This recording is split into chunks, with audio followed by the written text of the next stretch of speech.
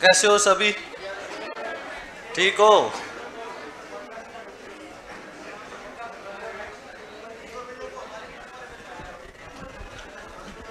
संधि हो गई थी, समास हो गए, कोई जिज्ञासा तो नहीं है? समझ आ गया था?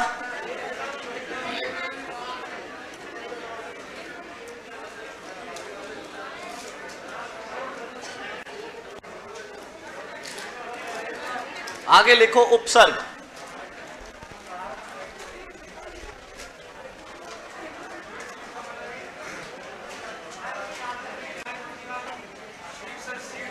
किसकी? सबकी। अब संधि की मिल गई, उपसर्ग, प्रत्यय और इनकी समास की एक साथ ले लेना। उपसर्ग। अरे बात मत करो। उपसर्ग किससे मिलके बना है? उप धन सर्ग से मिलके बना है। उप माने क्या होता है? पास या साथ। सर्ग माने क्या होता है? जोड़ना। अरे बात नहीं, आवाज करोगे तो आवाज सुनोगे कहां से?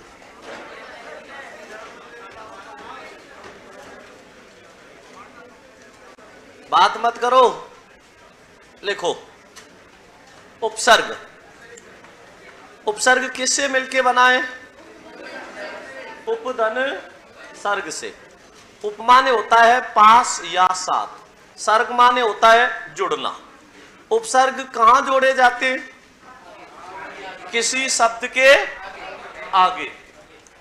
इस बात का विशेष ध्यान रखना, गलती से भी इस शब्द का प्रयोग नहीं करना। उपसर्ग किसी शब्द के आगे नहीं जोड़े जाते। क्यों नहीं जोड़े जाते? मान लो आपने लिखना शुरू किया यहां से, और जब यहां से लिखना शुरू करोगे, हमारी लिपि देवनागरी है, और देवनागरी लिपि एकमात्र उर्दू लिपि के अलावा, उर्दू लिपि के अलावा बाकी सभी लिपियां बाएं से दाएं लिखी जाती हैं। एकमात्र उर्दू लिपि है जो दाएं से बाएं लिखी जाती है। अब आप किसी शब्द को लिखना शुरू करोगे तो बाएं से दाएं लिखोगे, और इधर से लिखना शुरू किया तो इसके आगे का भाग कहां है? यहां आएगा। और ये कहां जुड़ते हैं? किसी शब्द के पूर्व में, पहले आएगी, प्रारंभ में। ये कहां जोड़े जाते हैं? किसी शब्द के पूर्व में, प्रारंभ में, या फिर आगे जोड़े जाते हैं। अरे आएगी, आवाज नहीं आएगी? क्यों नहीं आएगी?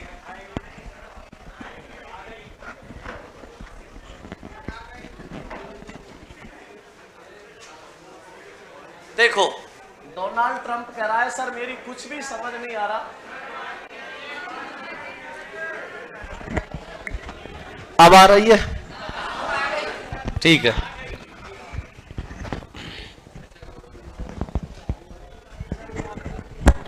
वैसे हाथ में लेके पढ़ाऊं क्या?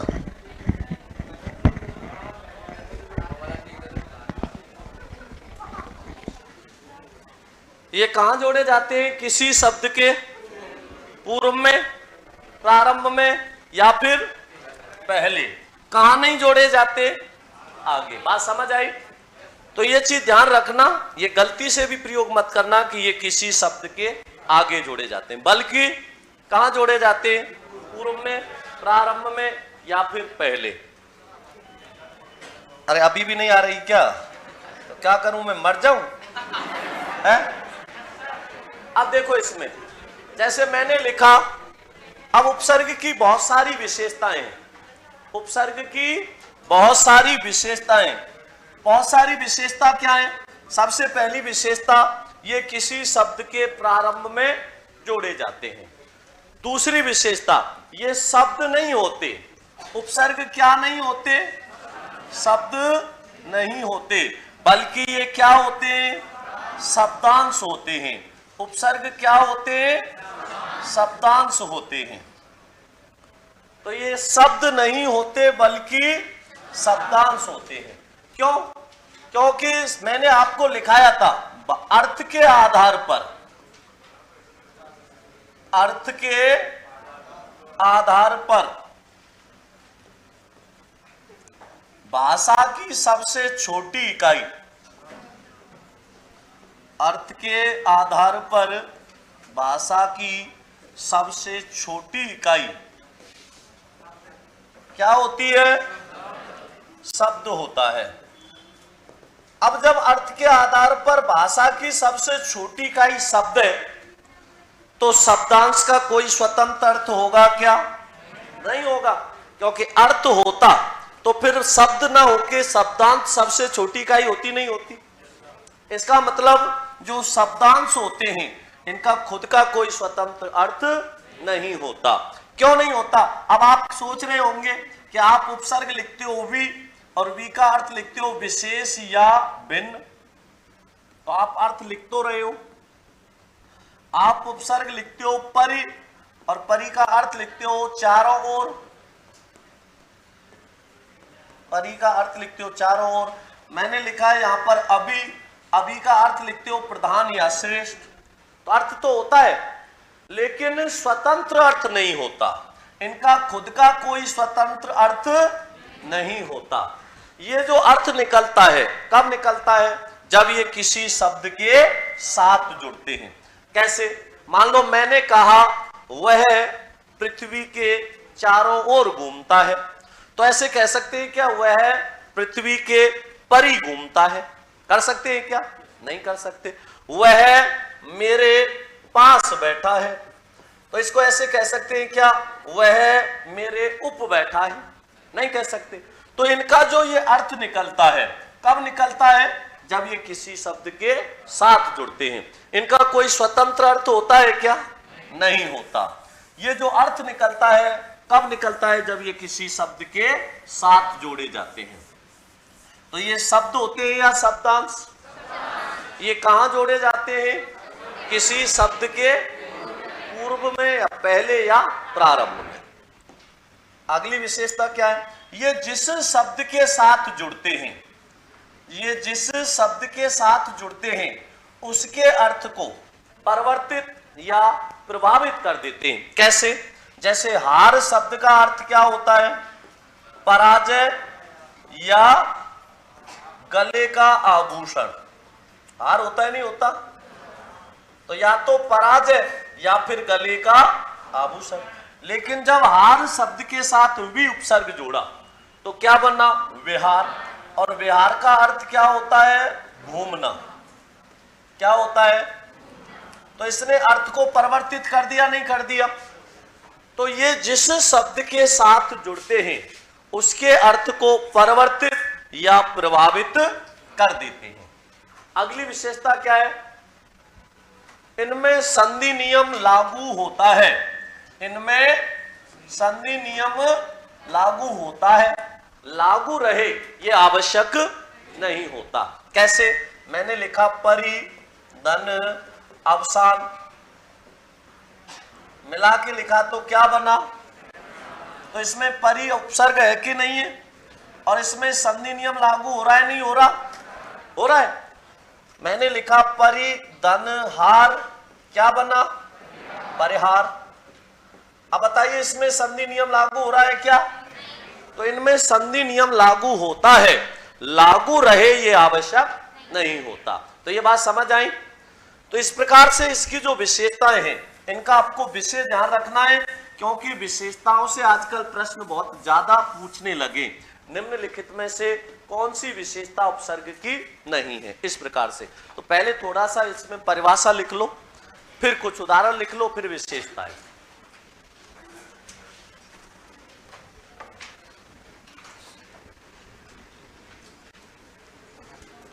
लिखो उपसर्ग। उप, धन, सर्ग। उप माने होता है पास या साथ, सर्ग माने जुड़ना, पास या साथ जुड़ना। लिखो आयात निर्यात में कौन सा समास होगा? आयात या निर्यात, वैकल्पिक द्वंद्व हो जाएगा। लिखो, वे शब्दांश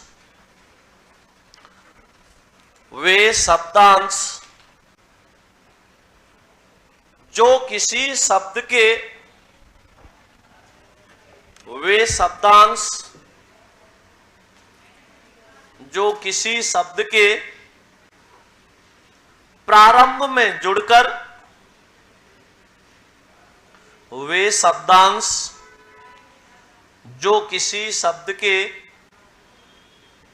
प्रारंभ में जुड़कर उस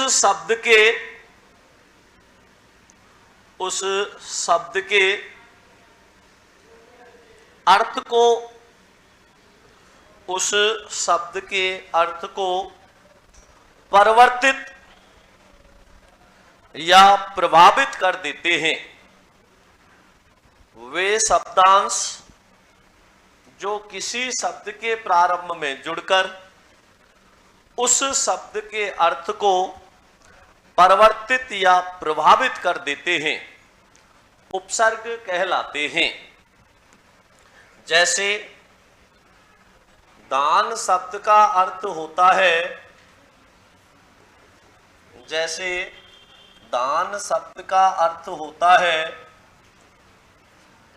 अन्न या चावल। जैसे दान शब्द का अर्थ होता है अन्न या चावल। अगली लाइन से लिखना, जब धान शब्द के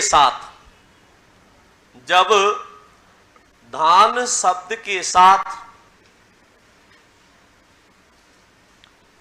अलग अलग उपसर्ग प्रयुक्त किए जाते हैं, जब धान शब्द के साथ अलग अलग उपसर्ग प्रयुक्त किए जाते हैं तो अर्थ भी अलग अलग निकलता है।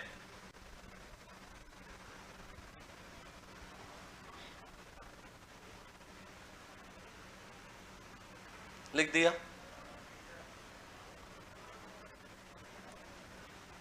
परिभाषा लिखी नहीं क्या? वे शब्दांश जो किसी शब्द के प्रारंभ में जुड़कर उस शब्द के अर्थ को परिवर्तित या प्रभावित कर देते हैं, उपसर्ग कहलाते हैं। जैसे धान शब्द का अर्थ होता है अन्न या चावल। जब धान शब्द के साथ अलग अलग उपसर्ग प्रयुक्त किए जाते हैं तो अर्थ भी अलग अलग निकलता है। जैसे वी धन दान, जैसे वी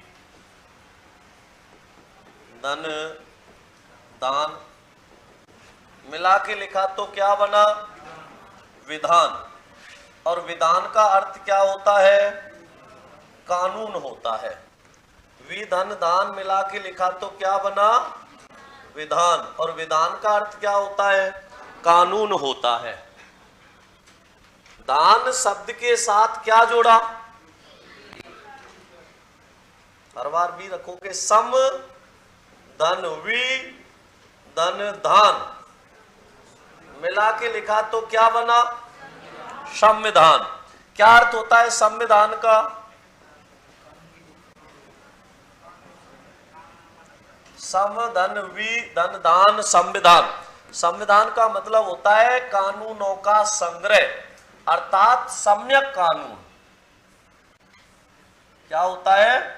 सम्यक कानून। जब दान शब्द के साथ क्या जोड़ा? परि उपसर्ग जोड़ा। अब ये परि पापा वाली नहीं है, ठीक है, वो बड़ी होती है। ये कौन सी है? चारों ओर वाली। अच्छा, परि पापा की क्यों होती है?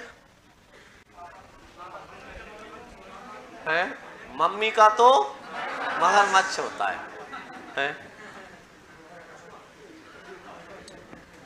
मम्मी पर्क उड़ा देती है झाड़ू से, है ना, इसलिए पापा की होती है परि। परिधान दान क्या बना? परिधान। और परिधान माने क्या होता है? पहनावा या वस्त्र होता है। परिधान माने क्या होता है? पहनावा या वस्त्र होता है। दान शब्द के साथ क्या जोड़ा? अब जोड़ा, अब। और अवधन दान क्या बना? अवधान। अवधान का मतलब क्या होता है? अवधन दान मिला के लिखा तो क्या बना? अवधान। और अवधान का मतलब क्या होता है? ध्यान होता है, ध्यान। अवधान का मतलब क्या होता है? ध्यान होता है। रुकावट होता है व्यवधान का। स धन अवधान लिखते हो नहीं लिखते? स धन अवधान। स माने क्या होता है? सहित। अवधान माने ध्यान। सावधान का मतलब क्या है? ध्यान सहित होता है, नहीं होता?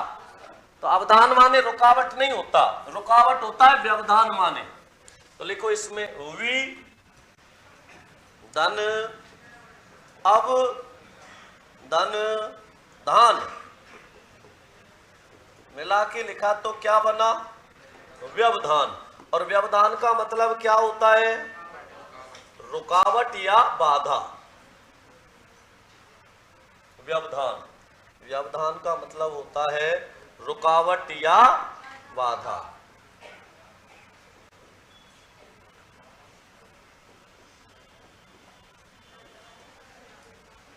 बाधा, रुकावट या बाधा। इसी प्रकार मैंने जोड़ा इसके साथ उप उपसर्ग। क्या जोड़ा? उप धन धान मिला के लिखा तो क्या बना? उपदान। और उपदान क्या होता है? उप माने होता है पास, और पास कौन होता है? तकिया। रजाई तो थोड़े समय के लिए चली जाएगी, साथ कौन रहेगा? तकिया।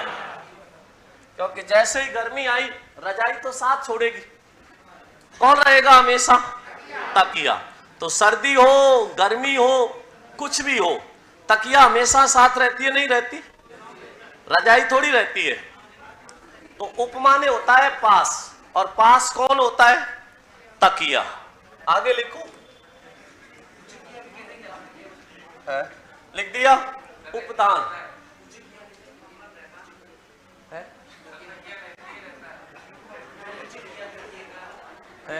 रहते हैं। आगे लिखो, अरे आगे और लिखो इसमें अपी धन धान। अपी धन धान, धान शब्द के साथ क्या जोड़ा? अपी मिला के क्या लिखा? अपिधान। और अपिधान माने क्या होता है? देखो ये चीज ऐसी है, इनको रटा नहीं समझा जाता है, कितने भी रट लेना याद नहीं रहेंगे, इनको समझना है। जैसे उपमाने होता है पास, पास क्या होता है? तकिया। ऐसे ही अपी, अपी धन धान अपिदान। अब अपी क्या है? एपी आती है, जूस आता है, एपी आता है, नहीं आता? फिज। और एपी का क्या खो जाए? ढक्कन। तो बिना ढक्कन के एपी का कोई महत्व है क्या? तो अपिदान माने क्या होता है? ढक्कन। तो अपिदान दान क्या हो गया? अपिदान। अपिदान का मतलब क्या होता है? ढक्कन होता है। दान शब्द के साथ क्या जोड़ा? अभी। और अभी धन दान मिला के लिखा तो क्या बना? अभिधान। अभिधान क्या होता है? किसी का नाम है अभिजीत, तो उसको शॉर्ट में क्या कहोगे? अभी। तो अभी उसका क्या होगा? नाम होगा। तो अभिधान का अर्थ होता है नाम। अभिधान का मतलब क्या होता है? नाम होता है। अब ऐसे तो बहुत सारे बन जाएंगे, दान से और बनाते चलो, समझने के लिए इनका ध्यान रख लेना।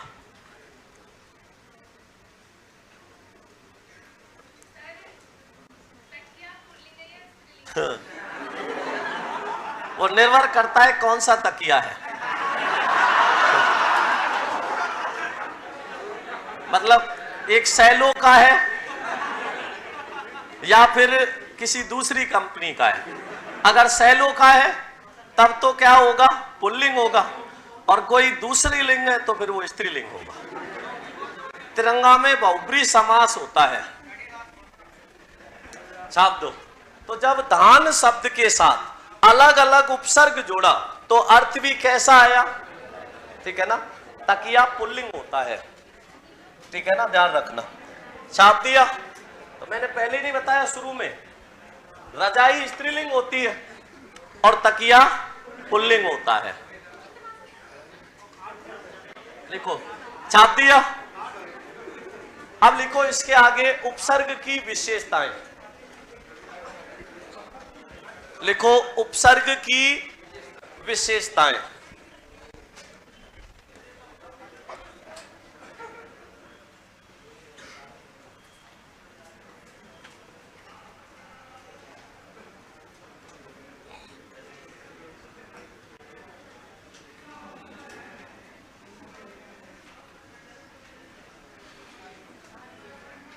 विशेषताओं को बहुत ध्यान से और अच्छे से समझ लेना, बहुत ज्यादा महत्वपूर्ण होती है।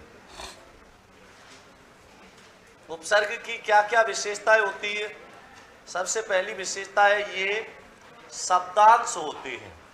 क्या होते हैं ये, शब्दांश होते हैं।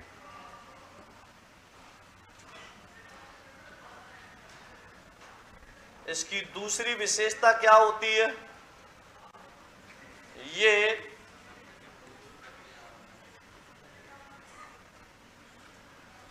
किसी शब्द के कहां जोड़े जाते हैं, प्रारंभ में जुड़ते हैं।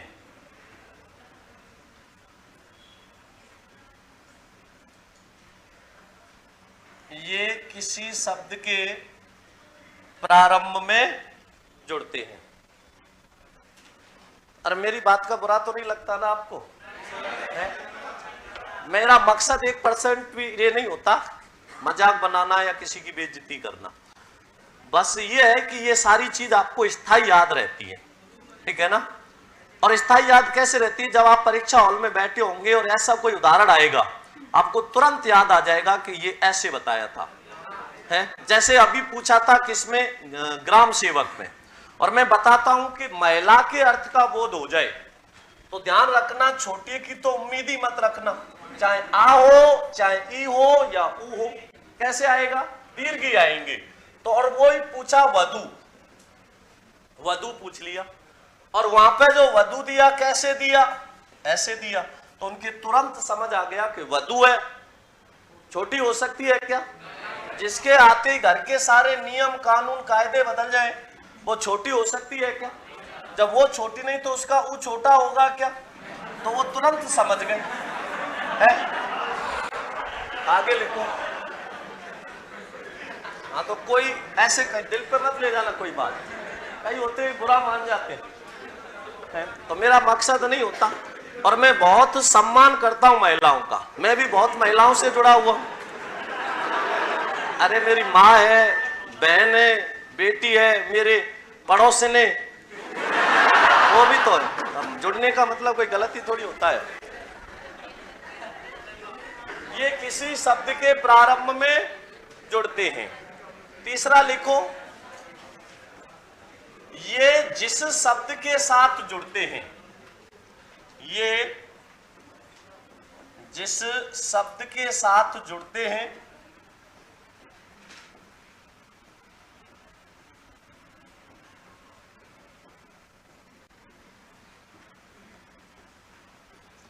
उसके अर्थ को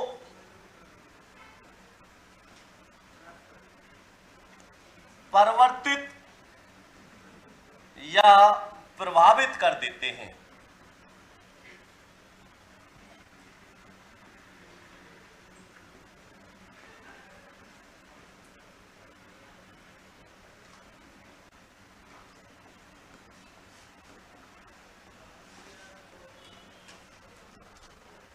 ये जिस शब्द के साथ जुड़ते हैं उसके अर्थ को परिवर्तित या प्रभावित कर देते हैं। अगली विशेषता क्या है, इनका खुद का कोई स्वतंत्र अर्थ नहीं होता। इनका खुद का कोई स्वतंत्र अर्थ नहीं होता।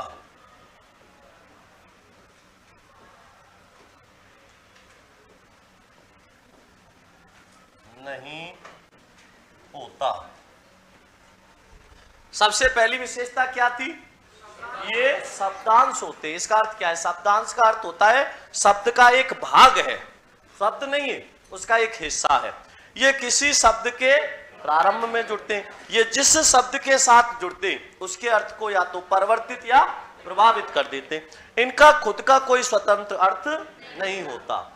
अगली विशेषता क्या है? इनमें संधि नियम लागू होता है। इनमें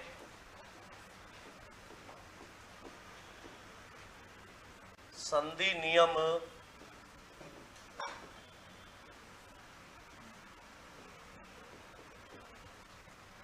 लागू होता है। इनमें संधि नियम लागू होता है।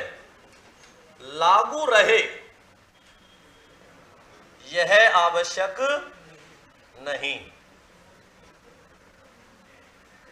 इनमें संधि नियम लागू रहता है, लागू रहे यह आवश्यक नहीं।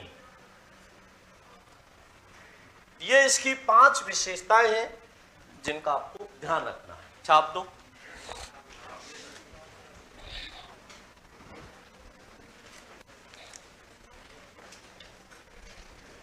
अर्थोत्कर्ष, अर्थोपकर्ष में संधि विच्छेद करके बताओ। अर्धेयत है,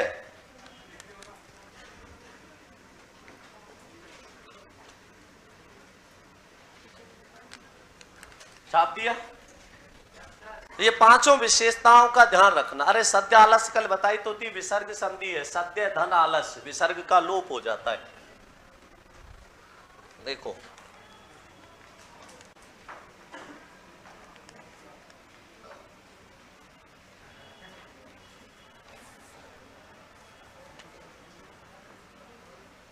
अर्ध, अर्थ है होगा, अर्थ शुद्ध तो लिख के भेजा करो।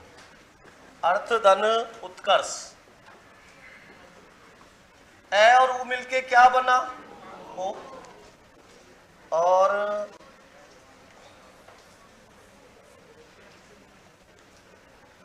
अर्थ है धन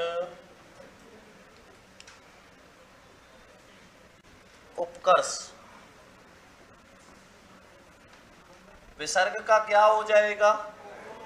ओ हो जाएगा। विसर्ग का क्या हो जाएगा? ओ हो जाएगा। और विसर्ग का ओ होगा तो इसको कैसे लिखेंगे? हैं? ऐसे लिखेंगे अर्थोपकर्ष। तो ये तो लिखा ही शब्द गलत है, उपकर्ष थोड़ी होता है। शब्द है ना, शुद्ध लिख के भेजा करो। अर्थ उत्कर्ष होगा। अर्थ धन उत्कर्ष, ए और उ मिलके क्या बना? ओ। कौन सी संधि हो गई? गुण स्वर संधि हो गई। कौन सी? गुण स्वर संधि। मैंने पहले कहा था कि केवल संधि बिठाने से संधि नहीं हो जाती। संधि का मतलब है दोनों शब्दों का अर्थ भी वही होना चाहिए जो मूल शब्द का अर्थ है। ठीक है ना? अर्थ धन उत्कर्ष, ए और उ मिलके क्या बना? ओ। कौन सी संधि? गुण स्वर संधि। तो कौन सी होगी? गुण। और आपने दूसरा जो लिखा है अपकर्ष वाला, ये शब्द होता ही नहीं है, तो इसका ध्यान रखना। लिखो आगे। उपसर्ग के प्रकार।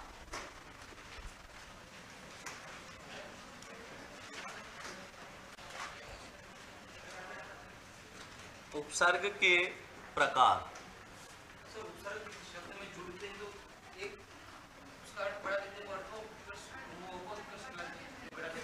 है?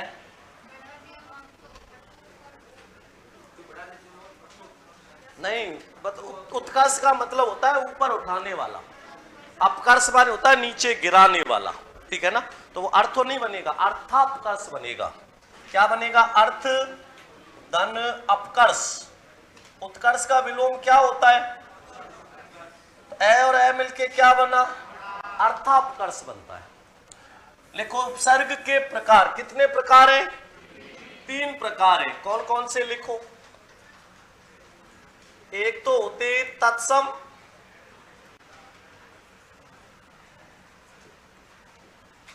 या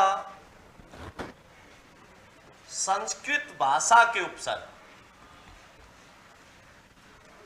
तत्सम या संस्कृत भाषा के उपसर्ग।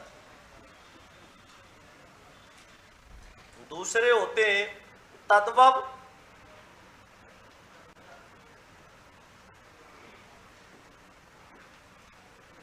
तद्भव या हिंदी भाषा के उपसर्ग।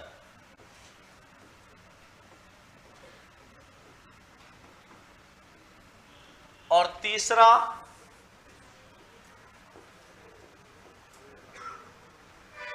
विदेशी भाषा के उपसर्ग।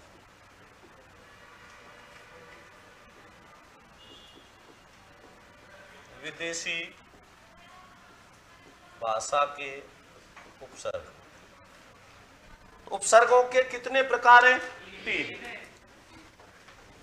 अंत तो गत्वा में विसर्ग संधि है। अंततः धन गत्वा, विसर्ग का ओ हो गया।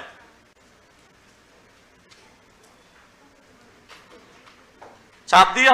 उपसर्ग के कितने प्रकार हैं? 3। कौन कौन से? तत्सम या संस्कृत भाषा के, तद्भव या हिंदी भाषा के, और विदेशी भाषा के। अब लिखो सबसे पहला तत्सम या संस्कृत भाषा के उपसर्ग। आपने बहुत कोशिश करी है आज तक उपसर्गों को रटने की। एक सिंगल उपसर्ग रटना नहीं है, तोते की तरह याद होंगे यहीं पे। अभी तत्सम या संस्कृत भाषा के उपसर्ग।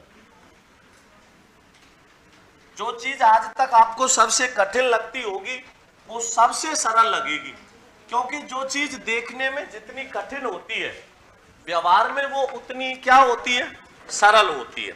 तो इसीलिए कहते हैं कि किसी भी पुस्तक का अंदाजा उसके पृष्ठ को देख के नहीं लगा सकते, उसे गहराई में जाके पढ़ना पड़ता है, तब पता लगता है। तो बाहरी आवरण नहीं, उसकी गहराई में जाना पड़ता है, उसको पढ़ना पड़ता है, तब उसका पता लगता है कि ये पुस्तक कैसी है। तो इसी प्रकार मनुष्य के आचरण का होता है, ठीक है ना। लिखो तत्सम या संस्कृत भाषा के उपसर्ग। अब पेन कॉपी थोड़ी देर कर देना बंद, पूरा ध्यान यहां देना, सभी याद होंगे यहीं पे। इनकी संख्या होती है 22। कितने होते हैं ये? 22 होते हैं। अब तत्सम या संस्कृत भाषा के जो 22 उपसर्ग होते हैं वो कौन कौन से होते हैं? ध्यान से समझना। इस जो 22 उपसर्ग हैं इनको हम 3 भागों में बांट देते हैं। कितने भागों में? 3 भागों में।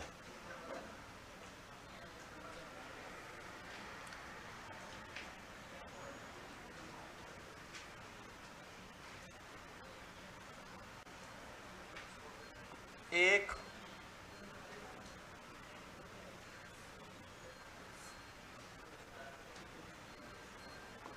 दो और 3। 22 को कितने भागों में बांट देते हैं? 3 भागों में। 8 आता है 1 बार, 4 आते हैं 2 बार और 2 आते हैं 3 बार। 8 1 बार आया इसलिए यहां क्या लिखा? 1। 4 2 बार आए इसलिए यहां क्या लिखा? 2। और 3 2 3 बार आए इसलिए यहां क्या लिखा? इनकी कुल संख्या कितनी हो गई? 22। अब जो 8 उपसर्ग होते हैं वो कौन से होते हैं? ए वाले। 8 जो उपसर्ग होते हैं वो कौन से होते हैं? ए वाले, जिसमें ए कॉमन होता है, लेकिन 3 होते हैं तवर्ग के। 3 किसके होते हैं? तय वर्ग के। और 3 होते हैं पै वर्ग के। अब 8 में ए तो कॉमन आएगा नहीं आएगा? ए के बाद वाले की बात करें तो 3 तवर्ग के और 3 पवर्ग के, और जब 3 3 बराबर हो जाए तो क्या कहते? अवा। 3 तुम हो गए, 3 हम हो गए, अवा। ध्यान से समझना, बिल्कुल ऐसे याद होंगे। एक सिंगल उदाहरण ऐसा नहीं होगा, सिंगल ऐसा नहीं होगा जो आपको नहीं पता हो। 3 तवर्ग के, 3 पवर्ग के। ए तो आगे कॉमन आएगा, ए के बाद वाले, और जब 3 3 बराबर हो जाए तो अवा। तो 3 तवर्ग के कौन कौन से होंगे? अति, अधि, अनु। अब देखो इनमें ए तो कॉमन है कि नहीं है तीनों में? यहां है, यहां भी है। ए के बाद वाला ये तय आ रहा है, ये दय आ रहा है, और ये तीनों तय वर्ग के है कि नहीं? तय थे, दय दय नहीं। तो 3 कौन कौन से हुए? अति, अधि, अनु। अब 3 कौन से होंगे? पै वर्ग के। कौन कौन से? अप, अपि और अभि। अब इसमें तीनों पै वर्ग के हैं कि नहीं है? और जब 3 3 बराबर हो जाए तो अवा। तो ए वाले कितने हो गए? 8 हो गए। कौन कौन से? अति, अधि, अनु, अप, अपि, अभि, अब आ। अब इसके बाद 4 आएंगे पै वाले, जिसमें पै पहले आएगा। 4 कौन से आएंगे? पै वाले, जिसमें पै पहले आएगा। और 4 पै पहले वाले कौन कौन से होते हैं? 4 पै वाले होते हैं प्र, प्रति, प्र, प्रति, परा, परि, प्र, प्रति, परा, परि। तो 4 कौन से हो गए? पै वाले हो गए। अब इसके बाद जो 4 आएंगे वो कौन से होंगे? निर और निस, दुर और दुस। बाकी जो 4 आएंगे वो कौन कौन से होंगे? निर और निस। निर और निस का एक ही अर्थ होता है, और दुर और दुस का एक ही अर्थ होता है। तो 4 पहले कौन से लिए हमने? प्र, प्रति, परा, परि। 4 कौन से लिए? निर, निस, दुर, दुस। अब 2 आते हैं, वो आते हैं ऊ वाले। 2 कौन से आते हैं? ऊ वाले। और 2 ऊ वाले होते हैं उद और उप। 2 ऊ वाले कौन कौन से होते हैं? उद और उप होते हैं, उद और उप होते हैं। 2 आते हैं सह वाले, और 2 सह वाले कौन से होते हैं? सु और सम। 2 सह वाले कौन कौन से होते हैं? सु और सम होते हैं। और 2 जो बाकी रह जाएं वो होते हैं नी और वी। 2 जो बाकी रह जाएं वो कौन से होते हैं? नी और वी होते हैं। तो इनको गिन के देखो, 22 हो गए क्या? नी और वी। अब इनको ऐसे ही याद करना है। अभी आपको बिना देखे लिखना है, सुनना ध्यान से। सबसे पहले हमने इनकी संख्या कितनी बताई? 22। 22 को कितने भागों में बांटा? 3 भागों में। 8 कितनी बार आया? 1 बार। 4 कितनी बार आए? 2 बार। और 2 कितनी बार आए? 3 बार। संख्या कितनी हो गई? 22। 8 कौन से होते हैं? ए वाले, जिसमें 3 किसके? तय वर्ग के। 3 किसके? पा वर्ग के। जब 3 3 बराबर हो जाए तो अब 8 में तय वर्ग के 3 कौन कौन से हैं? अति, अधि, अनु। पै वर्ग के अप, अपि, अभि। जब 3 3 बराबर हो जाए तो अब 4 कौन से लिए? पै वाले। कौन कौन से? प्र, प्रति, परा, परि। फिर कौन से आए? निर, निस, दुर, दुस। 2 कौन से आए? ऊ वाले, उद और उप। 2 आए सह वाले, सु और सम। 2 जो बाकी रहे वो नी और। आ गया समझ? आप इसको एक बार कहीं भी पेज में बिना देखे छापने की कोशिश करो। छाप रहे हैं क्या?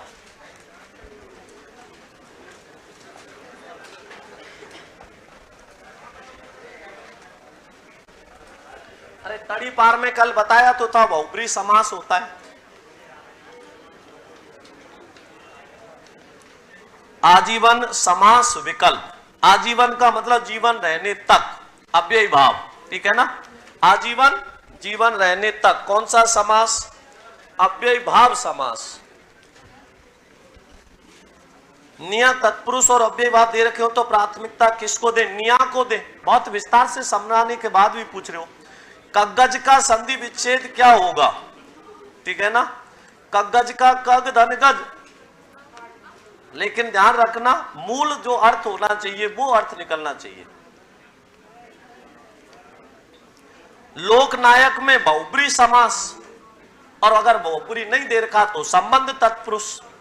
लोक का है नायक, जो कौन है लोकनायक?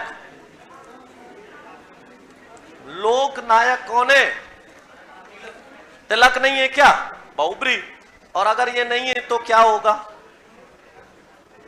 छाप के देखो एक बार, 1 मिनट।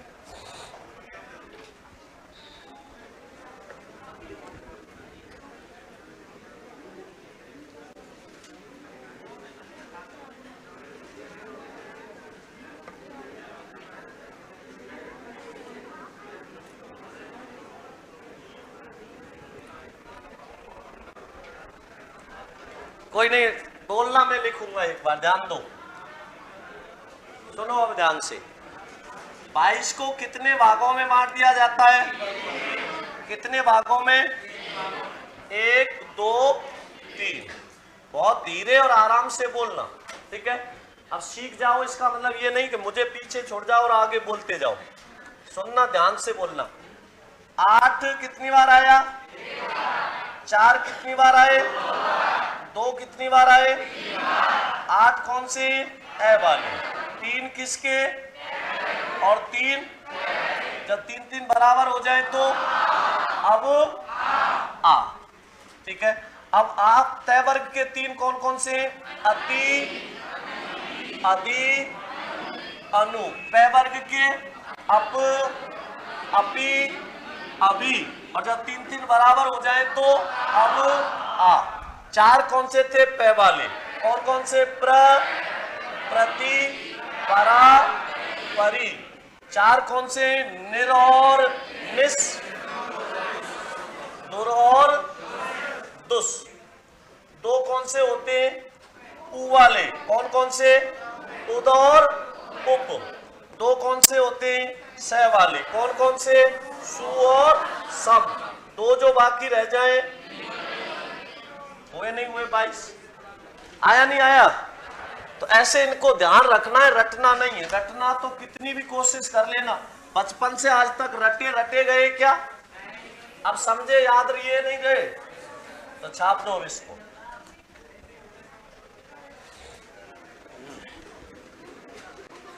तत्सम या संस्कृत भाषा के उपसर्ग। लोकनायक जयनारायण व्यास है। लोकनारायण जयनारायण व्यास के लिए रूढ़ हो जाएगा तब तो बहुब्री है। और लोक का नायक फिर किस में जाएगा? संबंध तत्पुरुष में।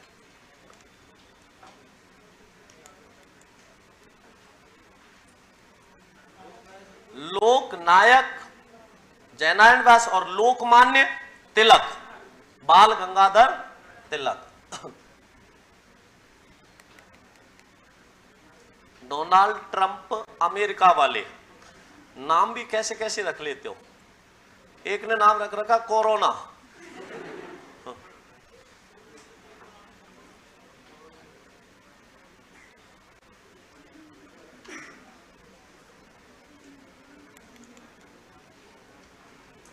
तो याद रहेंगे, भूलोगे तो नहीं।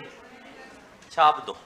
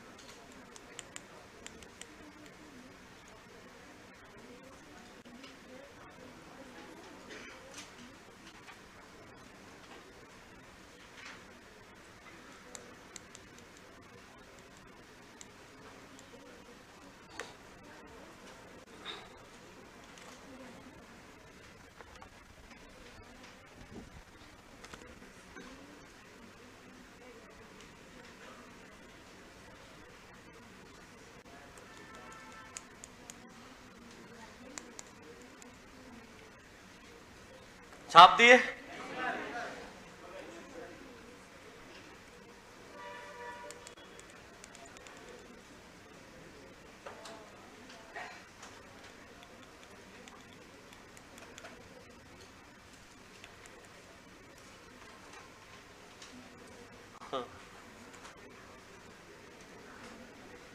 सर गुरुवर, आप हमेशा बोलते हो कि लड़कियों को मत छेड़ा करो, और ये लड़कियां हमें परेशान करती, उसके बारे में भी तो कुछ बोलो। ज्यादा सुंदर होगा दुर्गेश भैया तू, है ना, इसलिए।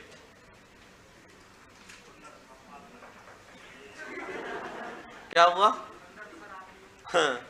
मैं सुंदर होता तो फिर यहाँ थोड़ी होता, घर होता।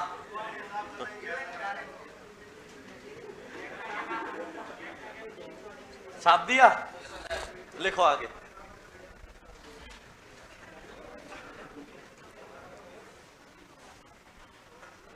सबसे पहले अब देखो, तत्सम या संस्कृत भाषा के याद हो गए। अब पेन कॉपी थोड़ी देर बंद रखो, हिंदी के भी याद करने ऐसे ही, और ऐसे ही याद करने विदेशी भाषा वाले, फिर इन पे आएंगे वापस। लड़कियां सही बिहेव नहीं करती हैं, और ऊपर से प्रियंका गांधी ने भी बोल दिया है लड़की हूं लड़ सकती हूं। अरे तुम क्या क्या कमेंट करते रहते हो। लिखो लिखो मत सुनो। अब ये तो थे तत्सम या संस्कृत भाषा के, लिखने नहीं है, समझने याद करने। दूसरे होते तद्भव या हिंदी भाषा के। आपने खूब कोशिश करी होगी इनको रटने की, बिल्कुल भी नहीं रटने, इनको भी समझना। इसमें जो उपसर्ग आएंगे, 3 से बनने वाले 6 आएंगे पहले, 3 से बनने वाले 6 उपसर्ग आएंगे। और 3 से बनने वाले जो 6 उपसर्ग है, मतलब जैसे आप ए उपसर्ग लिखोगे तो पहले 3 बनाना पड़ेगा, नहीं पड़ेगा? तो 3 से बनने वाले जो 6 होते हैं वो कौन कौन से होते हैं? ए, अद, अन। तीनों में पहले 3 का बनाना पड़ा, नहीं पड़ा?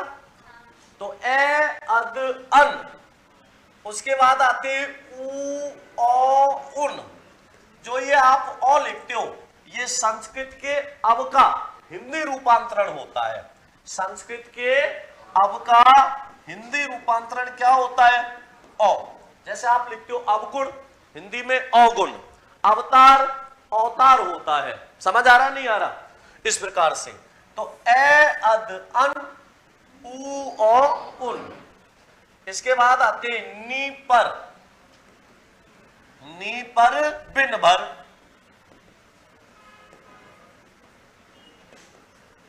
समचिर। अब एक सम आपने कहां लिखा था? तो उसमें मैं कैसा था? हलन। और इसमें मैं कैसा है? पूरा। तो ए, अद, अन, उ, औ, उन, नी पर बिन भर, समचिर। दू का मतलब होता है 2, ती का मतलब होता है 3, चौ का मतलब होता है 4, और पच का मतलब होता है 5। ये किसके होते हैं? हिंदी भाषा के। अब इनको याद करना है समझ के। कैसे? पहले 3 का जोड़ा लिया, फिर 3 का जोड़ा लिया, फिर 2 का जोड़ा लिया, फिर 2 का जोड़ा लिया, फिर 2 का जोड़ा लिया, और दूती चौपच तो आप ऐसे ही याद कर लोगे। तो मैं बोल रहा हूं, मेरे पीछे बोलना, और अभी सारे याद हो जाएंगे।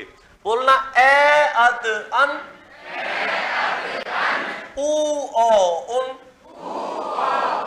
नी पर बिन भर, समचिर, दूती चौपच। एक बार ही बोला है बस। अब आप खुद बोलना और मैं लिखूंगा, बहुत आराम से और धीरे धीरे। धीरे बोलना। ए, अद, अन, उ, औ, उन, नी पर बिन भर, सम चिर, दूती चौपच।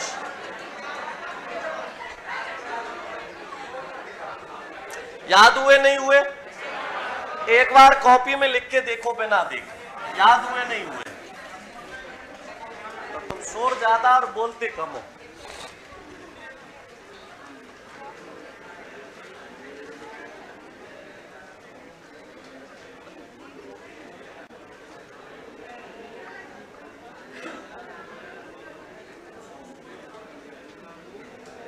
YouTube पर लाइव क्लास चलती है ना रात को 9 से 10 उत्कर्ष पर, यूपी उत्कर्ष।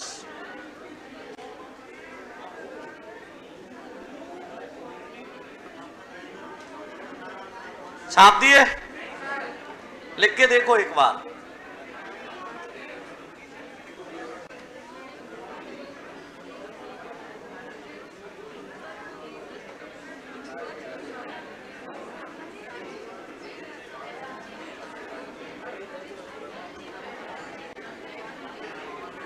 कौन से? ए अद अन उ ओ उन नी पर बिन भर सम चिर दूती चौपच। अब ध्यान दो इधर, विदेशी भाषा के उपसर्ग कौन से? अरे बात मत करो, विदेशी भाषा के उपसर्ग। बात नहीं, विदेशी भाषा के उपसर्गों को बांट देते दो भागों में। कितने? दो भागों में। एक तो होते हैं अरबी या फारसी भाषा के। कौन से? अरबी या फारसी भाषा के। और दूसरे होते हैं अंग्रेजी भाषा के। किसके? अंग्रेजी भाषा के। अब अरबी और फारसी वाले बता रहा हूं, ध्यान से सुनना। अरबी फारसी वालों में सबसे पहले लिखते हैं बै वाले। कौन से? बै वाले।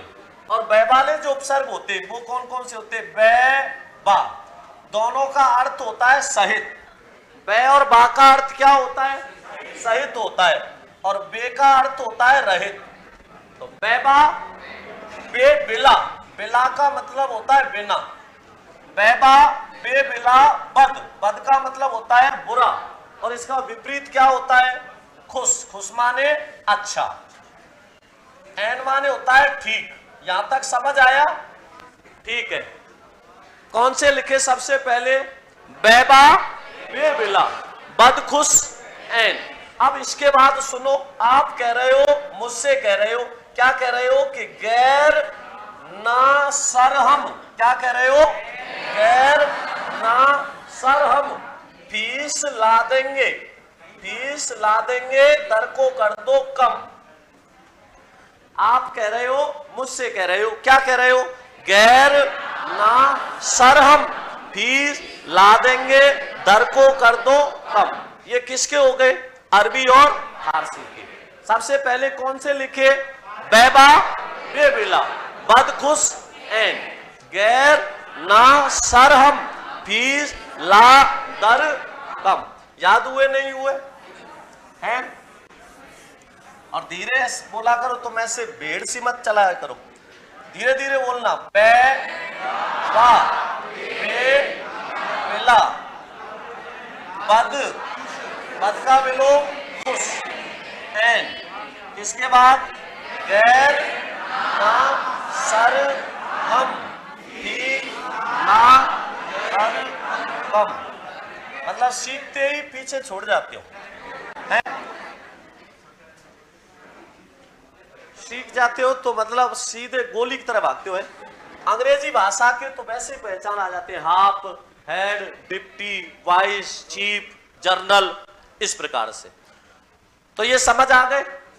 तो आप इनको रटोगे तो ये रटे नहीं जाएंगे, ऐसे समझोगे तो हमेशा के लिए स्थायी याद होंगे। तो लिखो सबसे पहले तत्सम या संस्कृत भाषा के उपसर्ग। बाद में लिखाऊंगा ना, सीधे तत्सम या संस्कृत भाषा के उपसर्ग लिखो। वो हेडिंग डलवाई थोड़ी थी। लिखो तत्सम या संस्कृत भाषा के उपसर्ग। और इसमें सबसे पहला कौन सा है? अति। सबसे पहला कौन सा है? अति। अति का मतलब क्या होता है? अधिक होता है। अरे बात तो मत करो, अति का मतलब क्या होता है? अधिक होता है।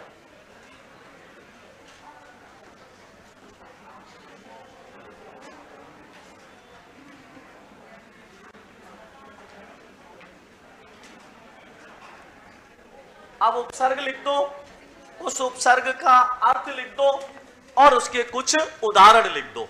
लिखो लिखो अति। अति का मतलब होता है अधिक। जैसे अति धन अल्प क्या हो जाएगा? अत्यल्प हो जाएगा। अति धन क्रमण क्या हो जाएगा? अतिक्रमण हो जाएगा। अति धन अधिक क्या हो जाएगा? अत्यधिक हो जाएगा। अति धन अंत क्या हो जाएगा? अत्यंत हो जाएगा। अति धन सार क्या हो जाएगा? अतिसार हो जाएगा। अब देखो इनमें संधि नियम लग रहा है, अतिसार में लग रहा है क्या? इनमें संधि नियम लागू होता है, लागू रहे ये आवश्यक नहीं होता। छाप दो, बिल्कुल आएगा। अति धन आचार अत्याचार। अब ऐसे तो आप सैकड़ों लिख दो एक के, तो आपको रटने नहीं है, आपको उपसर्ग का ध्यान रखना है और उसका अर्थ ध्यान रख लो तो और भी बढ़िया। अति माने होता है अधिक, और अति के बाद क्या आएगा? अधि, और अधि का मतलब होता है प्रधान, श्रेष्ठ या ऊपर। अधि का मतलब क्या होता है? प्रधान, श्रेष्ठ या ऊपर।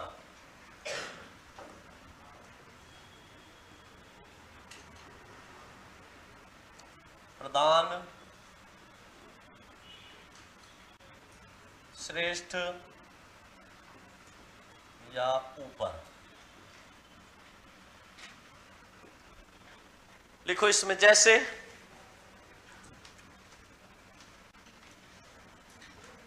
अध्यक्ष, अधिधनाक्ष क्या हो जाएगा? अध्यक्ष। अधिधनकार क्या हो जाएगा? अधिकार। अधिधन नियम क्या हो जाएगा? अधिनियम।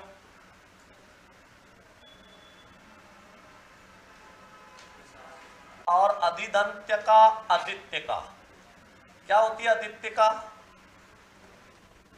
पर्वत के ऊपर की समतल भूमि। ये बहुत पूछता है, पर्वत के ऊपर की समतल भूमि और पर्वत के नीचे की समतल भूमि। तो अधि माने होता है प्रधान, श्रेष्ठ या ऊपर, तो आदित्य का क्या होगी? ऊपर की। और उपमाने होता है पास, सहायक या नीचे। उपत्यका पर्वत के नीचे की समतल भूमि। तो अति, अधि, आगे क्या आएगा? अनु। और अनु का मतलब क्या होता है? पीछे या सहायक। अनु का मतलब क्या होता है? पीछे या सहायक। जैसे अनुगमन, पीछे पीछे गमन करने वाला। अनुधन एषण क्या बना? अन्वेषण। अन्वेषण का अर्थ होता है खोज। अनुधन इच्छक, अनुधन इच्छक क्या बनेगा? अनवीक्षक। अनुधन इच्छक क्या बनेगा? अनवीक्षक। आगे लिखो अनुधन मान क्या बनेगा? अनुमान। तो अनुधन मान अनुमान। अति, अधि, अनु। अब क्या आएगा? अप। अप का मतलब क्या होता है? बुरा या विपरीत होता है। अप का क्या होता है? बुरा या विपरीत होता है। जैसे उपकार भलाई, अपकार बुराई। अपकार, अपकीर्ति। कैसी कीर्ति? अपकीर्ति। अपकार, अपकीर्ति, अपयश। कैसा यश? बुरा। अपमान, अपकार, अपकीर्ति, अपयश, अपमान। अत्यल्प का अर्थ क्या होता है? अत्यल्प का अर्थ होता है बहुत कम। कहते नहीं ये तो अत्यल्प है, बहुत ही कम है। तो अति, अधि, अनु, अप। अगला होता है अपि, और अप का मतलब क्या होता है? अपि, भी। अपि का मतलब होता है भी। जैसे तीन उदाहरणें बहुत महत्वपूर्ण, ध्यान रखना। जैसे अपिधान, क्या होता है अपिधान? एपी, एपी, एपी क्या है? याद आया? एपी से नहीं आया? पेपर में उपसर्ग के अर्थ नहीं पूछता, और कई बार पूछ भी लेता है, दे भी देता है। कई बार पूछा गया, पेपर पूछ लेता है कि ऐसे पूछ लेता है, जैसे पूछा विशेष का बोध कराने, विशेष अर्थ का बोध कराने वाला, या चारों ओर का बोध कराने वाला उपसर्ग है, चार विकल्प दे देता है। तो ऐसे पूछ भी लेता है कई बार। अपि माने होता है भी, अपदान माने ढक्कन, और अपिधन हित क्या होगा? अपिहित। अपिहित का अर्थ होता है ढका हुआ, अपिहित ढका हुआ। अपितु, अपितु माने होता है वह भी, अपि माने भी, तू माने वह भी। ना केवल मोहन अपितु मतलब दूसरा भी। छाप दो। अपनत्व तो नहीं आएगा इसमें, अपना सर्वनाम एक तो है, प्रत्यय, अपनत्व तो भाववाचक है। अपि माने क्या होता है? भी होता है। तो अप, अपि, अब क्या आएगा? है अभी, और अभी का मतलब होता है और या तरफ।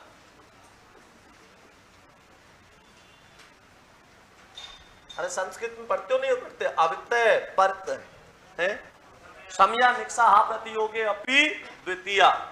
अभी का मतलब होता है और। जैसे अभिमान, जो किसकी ओर रहता है? घमंड की ओर। अभिमान, कहते हैं तुझे बहुत ज्यादा क्या हो गया है? मान हो गया। अभिमान। अभियोग, क्या लगा दिया? अभियोग लगा दिया। अभिधन अर्थी क्या हो जाता है? अभ्यर्थी हो जाता है।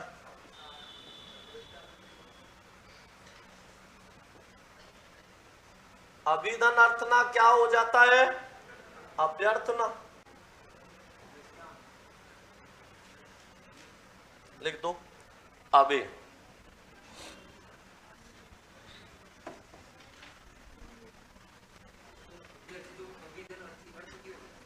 ज्ञान, अर्थीमान होता है ज्ञान। एक अर्थी, एक अर्थी।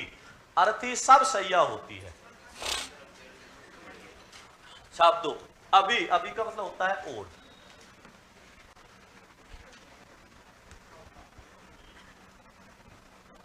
अभिधन अस्त क्या हो जाएगा? अभ्यस्त। अभिधन अस्त क्या होता है? अभ्यस्त। अभी, हाँ, अभिसार भी इसमें आएगा। अभिसार लिख देना। एक तो होता है अभिसार और एक होता है अभिसार। दो उदाहरण है बहुत ही अच्छे। एक तो क्या होता है? अभिसार, और एक क्या होता है? अभिसार। केवल अंतर किसका है? मात्रा का अंतर है, और मात्रा ने पूरे अर्थ को क्या कर दिया? परिवर्तित। अब इसमें ई कैसी आ रही है? लघु ई। आपके सिलेबस में जुड़े हुआ है ये युग्म या समानोच्चारी शब्द। इनको कितनी भी कोशिश कर लेना रटने की, ये रटे नहीं जाते। इनको समझना पड़ता है। कैसे समझना पड़ता है?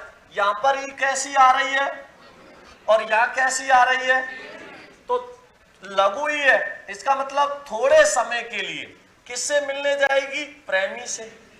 तो प्रेमी से छिपकर मिलेगी तो ज्यादा समय तक मिल सकती है क्या? तो प्रेमी से छिपकर मिलना क्या होता है? अभिसार। और दीर्घ आ गई, इसका मतलब क्या हो गया? आक्रमण। तो अभिसार माने होता है प्रेमी से छिपकर मिलना, और अभिसार माने क्या होता है? समझ आया नहीं आया? तो लिखो इसमें अभिसार। तो अभिसार आएगा नहीं आएगा? छाप दो। अभी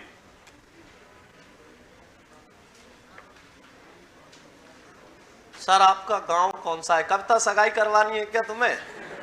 मेरे गांव में अभिलाषा भी आ जाएगा। छाप दिया। अति, अधि, अनु, अप, अपि, अभि। अब क्या आएगा? अब। लिखो अब। छाप दिया था।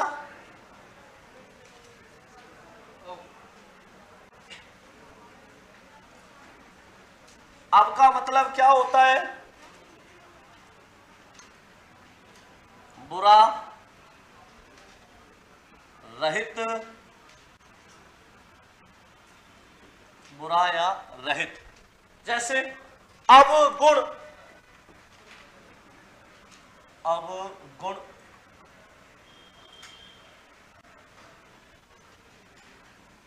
अवमानना,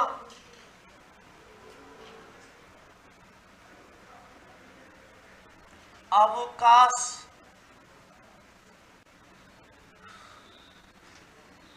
अवहेलना,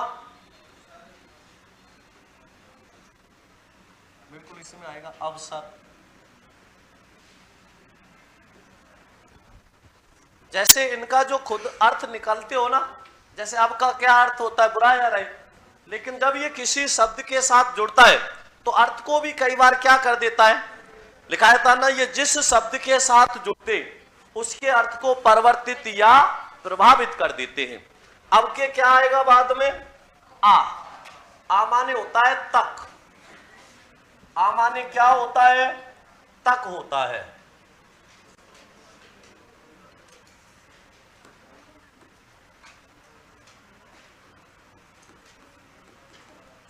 आ का मतलब क्या होता है? तक होता है। जैसे आमरण, मरने तक। आभरण, भरने तक। आजीवन, आजीवन, जीवन रहने तक। आ जानू बाहु, अच्छे से जानते हो।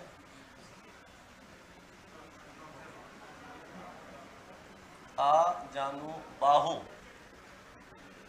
घुटनों से लेकर भुजाओं तक। आपाद मस्तक, पैरों से सिर तक। ये कौन से हो गए? आकंठ, कंठ तक। आविष्कार कैसे आएगा? आ भी आता है उसमें, आ भी है। धनकार,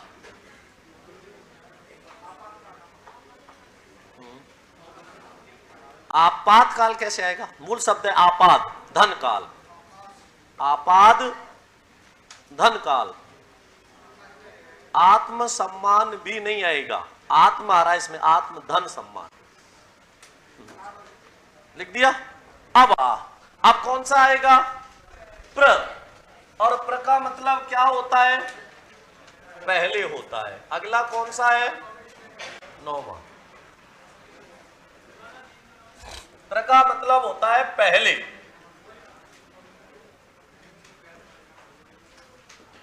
जैसे प्रहार,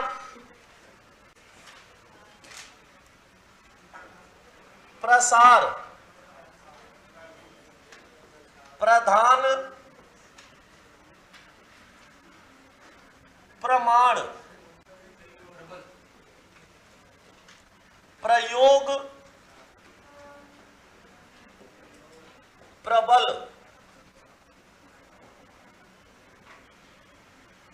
प्रकार, प्राध्यापक, प्राध्यापक। प्र धन अधि धन आपक, प्राध्यापक। बिल्कुल आएगा प्रभु। आगे लिखो, प्र के बाद क्या आएगा? प्रति। और प्रति का मतलब क्या होता है?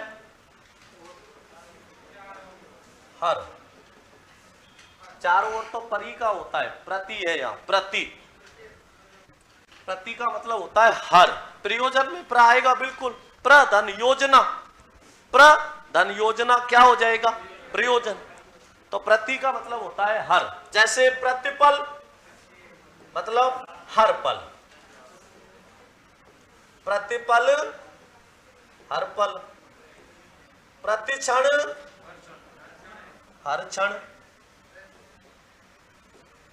प्रतिदिन हर दिन,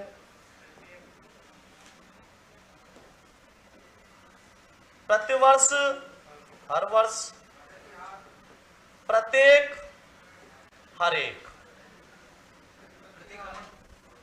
प्रतिगमन आ जाएगा।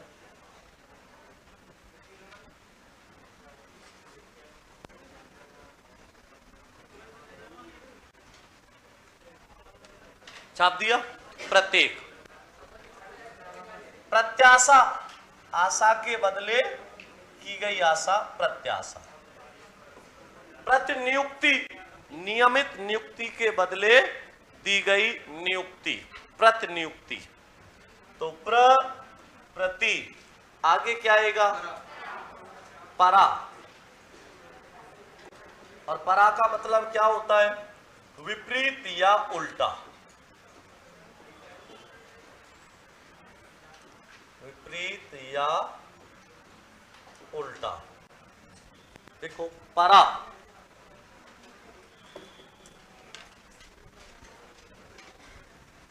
परा का मतलब क्या होता है? विपरीत या उल्टा। जैसे पराभव, एक उदाहरण लिखा के कटवाऊंगा, ठीक है ना? पराकाष्ठा,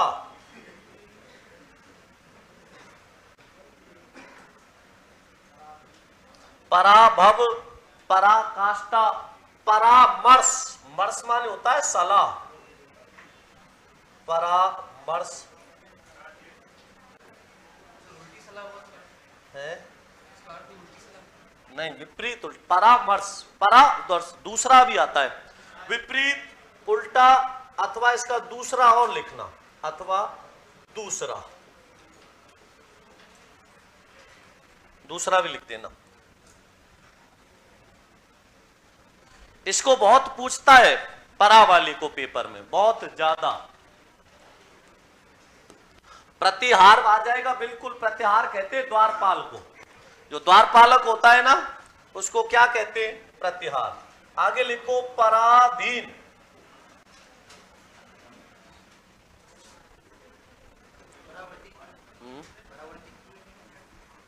आ जाए, छाप दो। तो पराभव, पराकाष्ठा, परामर्श, पराजय, पराधीन। तो पराधीन को बहुत ज्यादा पूछता है, क्योंकि इसमें परा उपसर्ग नहीं, पर उपसर्ग होता है। पर धन अधीन, ए और ए मिलके क्या बने? आ। तो पराधीन में पर होगा या परा? आया समझ नहीं आया? तो इसको लिख के कटवाना था, काट देना।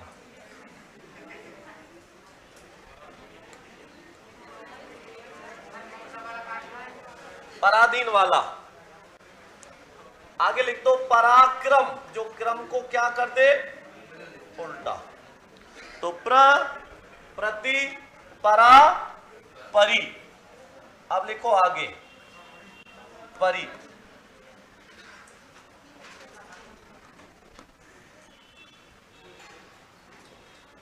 विपरीत,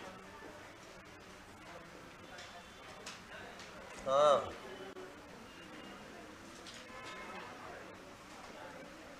आगे लिखो परे। और परिमाने क्या होता है? चारों ओर। परि का अर्थ होता है चारों ओर।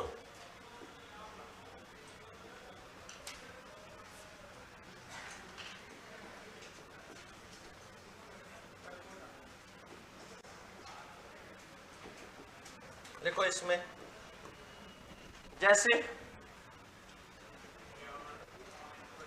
परि धन अवसान पर्यवसान। परि माने क्या होता है? चारों ओर।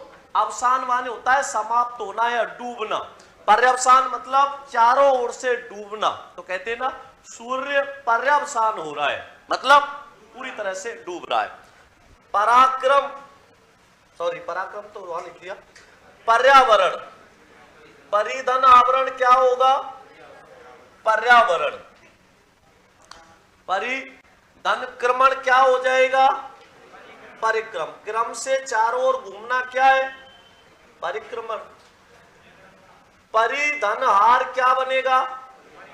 परिहार। परिहार का मतलब होता है त्यागना।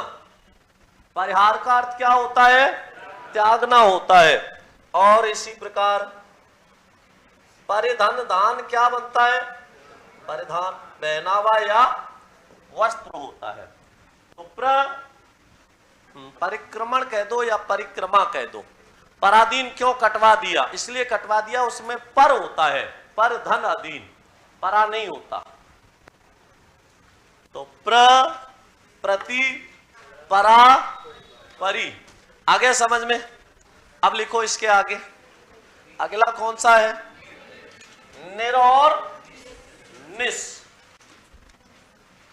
कौन से नंबर का हो गया ये? 13वां। बिल्कुल आएगा। निर का मतलब क्या होता है? रहित या बिना।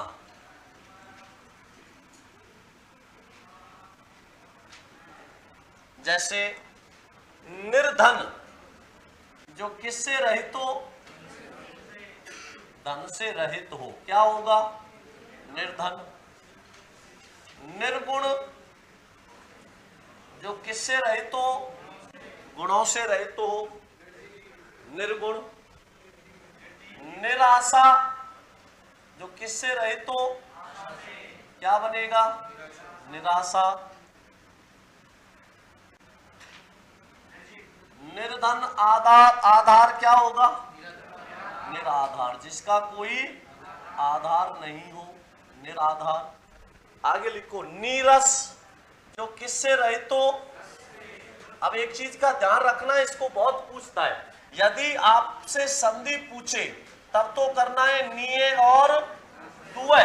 अगर उपसर्ग पूछे तो क्या करना है? निर और दुर करना है। ये बात ध्यान रहेगी नहीं रहेगी? ध्यान रखना इस विशेष रूप से। अब नीरस में संधि पूछेगा तो निये धन रस, उपसर्ग पूछेगा तो निर हो जाएगा। तो नीरस, नीरव, नीरोग, नीरंध्र।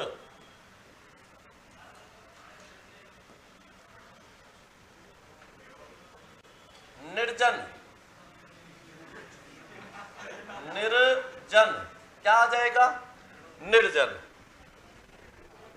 तो निर का मतलब क्या होता है? रहित या बिना होता है। बिल्कुल। निर्धन आया, छाप दिया।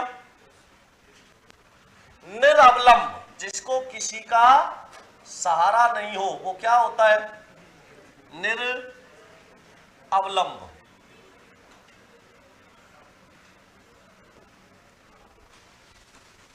निर के बाद क्या आएगा? निस आएगा। और निर और मैंने बताया था दोनों का अर्थ एक ही होता है, क्या? रहित या बिना।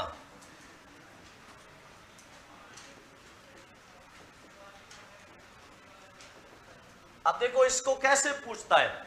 आपसे पूछेगा कि निष्काम शब्द में उपसर्ग है, निष्काम शब्द में उपसर्ग है। अब 3 देगा, एक तो देगा निस, एक देगा निस, एक कौन सा दे देगा? निस। कौन सा होगा? स कोई सा भी बन रहा हो, उपसर्ग एक ही होगा, निस। अगले वर्ण के आधार पर ये स परिवर्तित हो जाता है, तो इसका ध्यान रखना।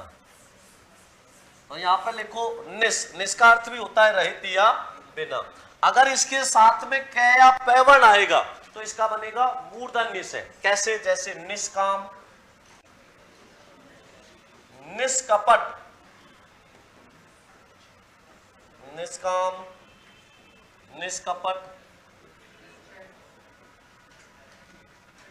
निष्काम, निष्कपट, निष्प्रयोजन,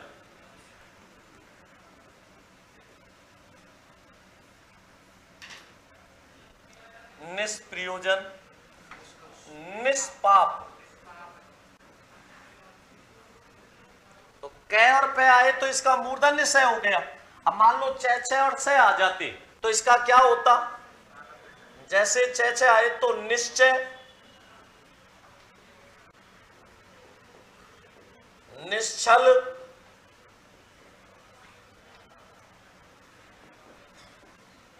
निश्वास, निश्वास,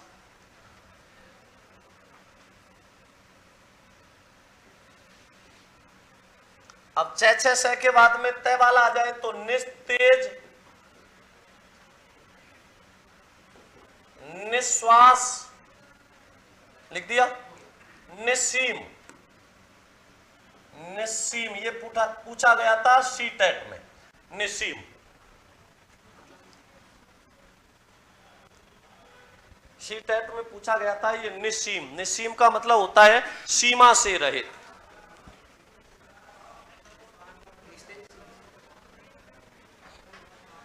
रे की ऊपर मात्रा लगती है तो उसे रेप कहते हैं। क्या कहते हैं? रा, रेप। जैसे अगर क अकेला आया तो बताया था मैंने ककार, मैं अकेला आया तो मकार, छ अकेला आया तो चकार, और र आएगा तो क्या कहलाएगा? रेफ वर्ण कहलाता है।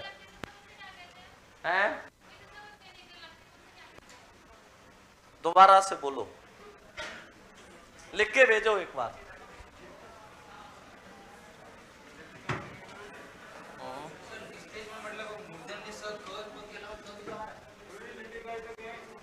क्या? लिपि। जो वर्ण लिखते हो उनको आप क्या कर देते हो? क्रमबद्ध जो लिखते हो उसको कहते हैं लिपि। हर भाषा की अपनी वर्णों का क्रम होता है, उस क्रम को ही क्या कहते हैं? लिपि कहते हैं।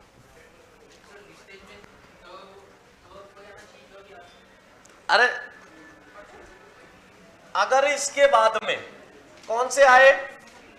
क या पे आए तब इसका कौन सा बनता है? मूर्धन्य से। अगर इसके बाद में छ, छ या स आए तब इसका कौन सा बनता है? तालव्य से। और इसके बाद में त, थ या स आए तो इसका रहता है दंत्य से। ठीक है ना? तो लिखो निस, निर और निस। आगे लिखो दुर, और दुर का मतलब क्या होता है? बुरा, विपरीत या कठिन। अगला कौन सा है? 15वां, दुर। और दुर का अर्थ क्या होता है? बुरा, विपरीत या कठिन होता है। बुरा, विपरीत या कठिन होता है।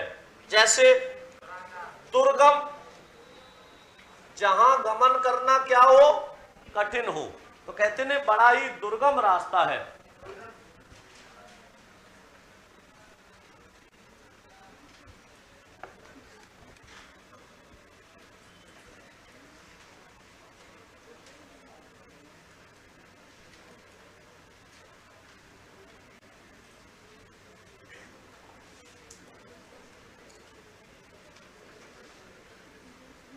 छाप दिया। अरे पर उपसर्ग होता है लेकिन वो हिंदी का होता है, हिंदी में आएगा ये उपसर्ग।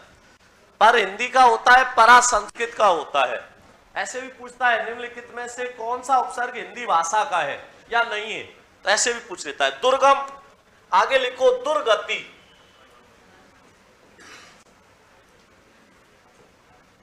दुर्जन,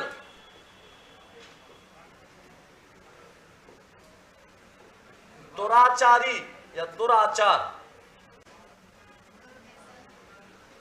बिल्कुल दुर्व्यसन इसी में आएगा, बुरी आदत, दुर्व्यसन।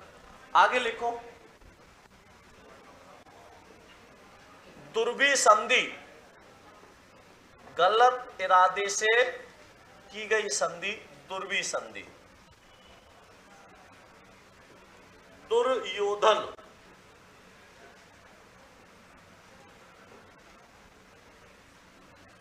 दुरात्मा, जिसकी आत्मा कैसी हो, बुरी हो। दुर छाप दो, निर और निस, आगे लिखो दुर, दुरुपयोग इसी में आएगा। अरे सुनील बिश्नोई क्या कमेंट करते हो, रेल बना रहे हो।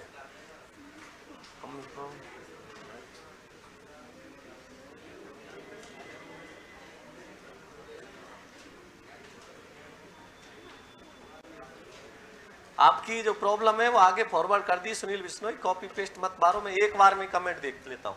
लिखो आगे, दुर के बाद क्या आएगा, दुस आएगा।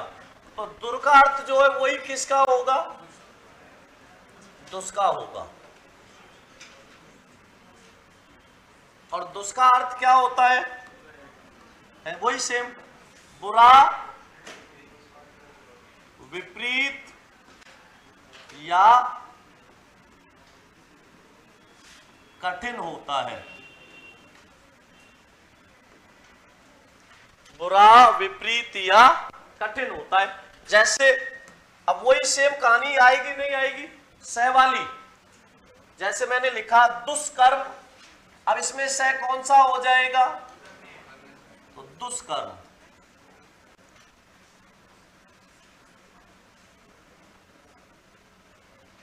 दुष्पाप,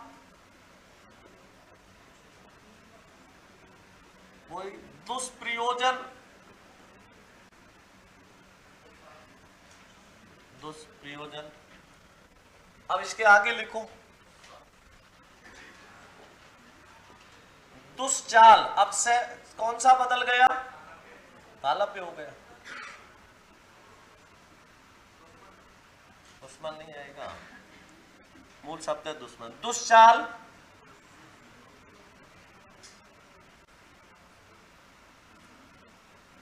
दुष्चक्र,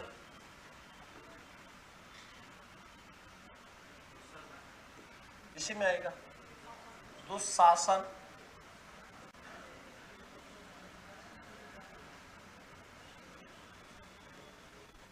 दुस्तर, जिसको पार करना क्या हो, कठिन हो। दुस्साहस, दुस्तर, दुस्साहस। तो दुष् का मतलब क्या होता है, बुरा, विपरीत या कठिन होता है। तो दुर और दुस। अगला क्या आएगा,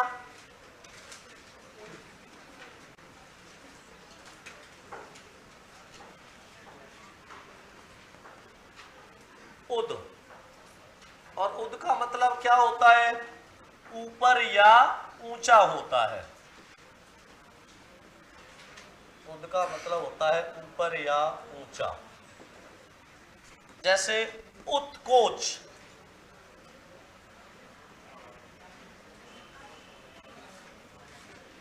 रिश्वत, उद्धन कोच, उत्कोच। उत्कोच रिश्वत को कहते हैं। उद्धन खनन क्या हो जाता है, उत्खनन हो जाता है। उद्धन कर्ष क्या हो जाता है, उत्कर्ष हो जाता है। उद्धन कृष्ट क्या होता है, उत्कृष्ट हो जाता है। उद्धन हार क्या हो जाता है, उद्धार हो जाता है। तो अगर इनमें उपसर्ग पूछेगा तो उद आएगा, और संधि विच्छेद कराता तो कै कै तै तै पै पै और सह के अनुसार आता।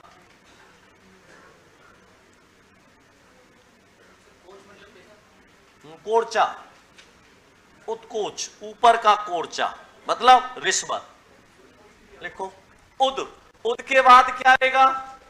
उप आएगा। उप का अर्थ होता है पास, सहायक या नीचे।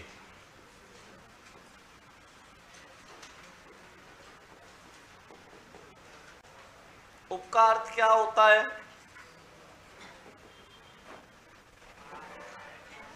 पास, सहायक या नीचे। जैसे उपयोग, उपदान, उपमान, उपहार,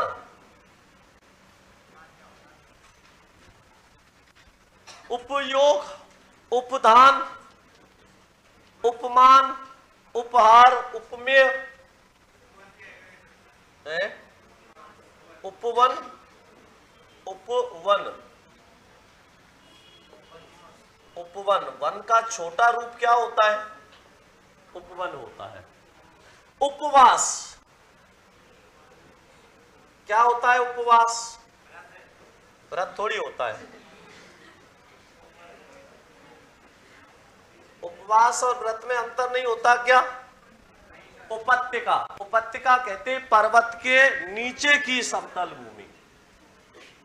उपवास में और व्रत में अंतर होता है। व्रत में आप एक समय खाना खा सकते हो, उपवास में कोई खाना नहीं खाते। उपवास का मतलब होता है, उप माने होता है पास, वास माने होता है पुराना, जो पुराने के पास रहे, नया कुछ भी नहीं खाए, वो उपवास होता है। मैंने सुना है बहुत महिलाएं कहती है आज मेरा उपवास है, और दिन की अपेक्षा 8 गुना खा लेती है, बस अन्न नहीं खाएंगे और बहुत कुछ खा लेती है। वो नहीं होता। उपवास का मतलब होता है कुछ भी नहीं खाओगे। उपवास एक ही दिन रखती है महिला, और वो होता है करवा चौथ का। उस दिन वो भूखी शेरनी बनती है। सबसे बड़ा जो मूल दिन होता है पुरुष के लिए वही होता है। बेचारा सामने कुछ खा नहीं सकता, और बहुत ज्यादा कैसे रहना पड़ता है? शांत से, क्योंकि भूखी शेरनी और ज्यादा खतरनाक होती है। अब देखो इसमें उपवास, पुराने के पास रहना। अब मैंने देखा कई बार, आज मेरा उपवास है, सुबह जगते ही चाय पिएंगी। अब उनसे कहो कि चाय की जगह दूध पी लो, नहीं आज मेरा उपवास है। अब दूध चाय में नहीं था क्या? तो मतलब दूध चाय में जाके उसका महत्व खत्म हो गया। ऐसा होता है क्या? 1 घंटे बाद पूजा करने के बाद में 5 किलो कम से कम केला, चीकू, पपीता, पता नहीं क्या क्या लपेट लेंगी। आज मेरा उपवास है, ठीक है। फिर उसके थोड़ी देर बाद में फिर चाय कॉफी कुछ भी पिएंगी। फिर 1 घंटे बाद में साबूदाने की खीर बनाएंगी। अन्न नहीं है, अन्न नहीं खाएंगी। और दिन भले ही 4 किलो खाती, उस दिन 9 किलो 10 किलो खा जाएंगी, और मेरा आज उपवास है। इसे उपवास नहीं कहते। उपवास कहते हैं जिसमें कुछ नहीं खाया जाता, बिल्कुल भी नहीं खाया जाता। हाँ, उपवास इसी में आ जाएगा, इसी में आएगा उपसर्ग।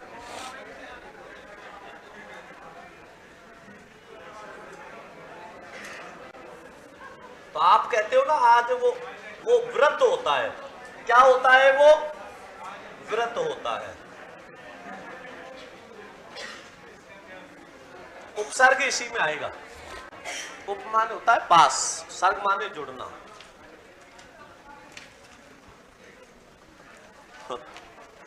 छाप दिया। दुर और दुस। अब क्या आएगा? उद और उप। सु, सु का मतलब क्या होता है? अच्छा या सरल होता है। कौन सा है ये? सु, सु का मतलब होता है अच्छा या सरल।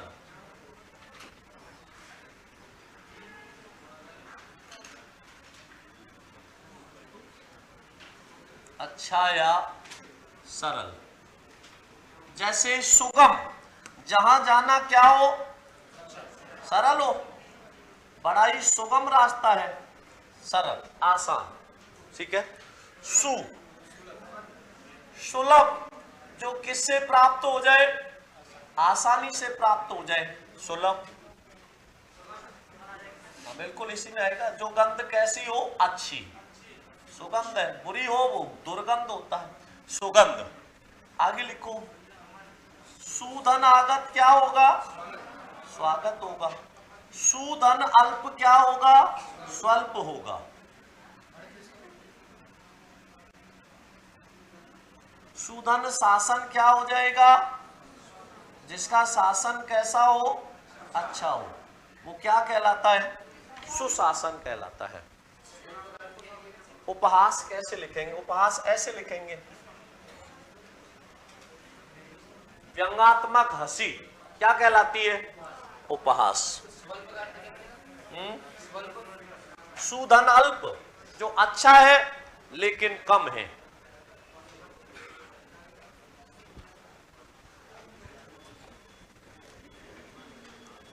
छाप दो।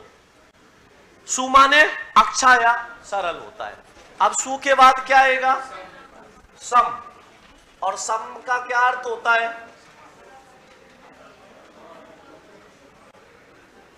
सम, सम का अर्थ होता है समान। इसमें मैं कैसा आएगा, अधूरा आएगा।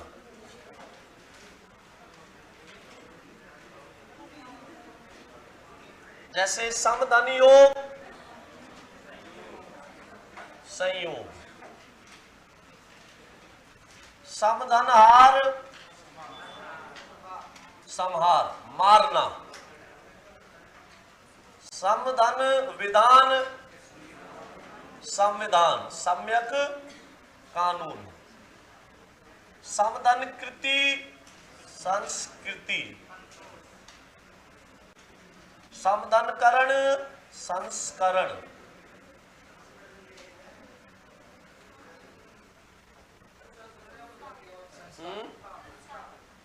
बहुत सारे आ जाएंगे। आगे लिखो, समधन योग, समधन कृत, संस्कृत,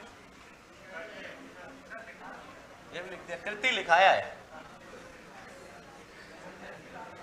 समधन चार, संचार, संस्मरण, संस्मरण होता है किसी को याद करके उसके ऊपर लिखा गया, समधन स्मरण होता है ना, संस्मरण रेखा चित्र, स्वयं की स्मृति में किसी चीज को लिखना देख के, वो संस्मरण होता है। किसका, संस्मरण का मतलब होता है स्मरण करना। संस्करण, संस्करण का मतलब होता है सम धन करण, इसका मतलब उसमें शुद्धि करना। क्या होता है, शुद्धि करना। आ गया समझ, लिखो आगे, सु और सम। अगला कौन सा है, नी, और नी का मतलब होता है बड़ा या विशेष। नी का मतलब क्या होता है, बड़ा या विशेष होता है। जैसे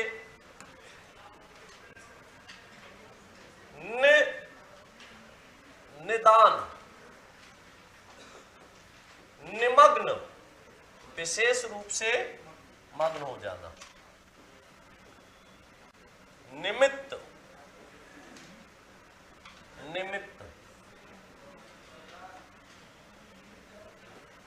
आगे लिखो, निरोध, निसार। नी के बाद में क्या आएगा, वी, और वी का मतलब क्या होता है, विशेष या भिन्न होता है। वी का मतलब क्या होता है, विशेष या भिन्न होता है।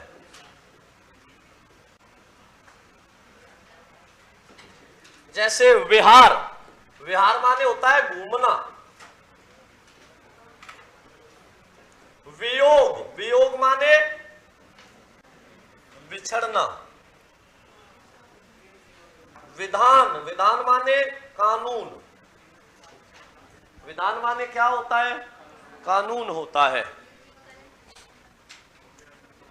छापो और लिखो इसमें। विमग्न, विशेष रूप से मग्न होना।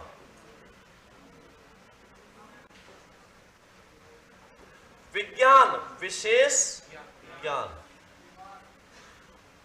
लिखो। विकार, संयोग और संजोग में अंतर क्या होता है? संयोग तत्सम रूप होता है जिसका तद्भव रूप संजोग होता है। संयोग हो गया, संजोग से मिल गए, तो तत्सम में यह आता है, तद्भव में यह का जय हो जाता है। जैसे यम का जम, यमुना का जमुना, यशोदा का जसोदा, युवती का युवती, युक्ति का जुगती, यजमान का जजमान, सूर्य का सूरज। तो ऐसे युक्त शब्द तत्सम होते, तद्भव होने पर यह का जय हो जाता है। निमित्त, निमित्त का मतलब होता है उससे जुड़ा हुआ। आपके निमित्त मतलब आपके लिए।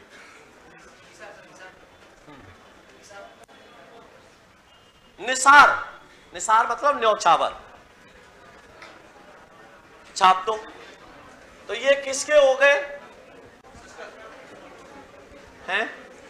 संस्कृत, तत्सम या संस्कृत भाषा के। नी में सेकंड वर्ड क्या लिखा है? निमग्न लिखा है, विशेष रूप से मग्न हो जाना है। निमग्न, विशेष रूप से मग्न होना है। तो ये किसके हो गए? तत्सम या संस्कृत भाषा के। कल बात करेंगे किसकी? तद्भव या हिंदी भाषा की। बहुत बहुत धन्यवाद।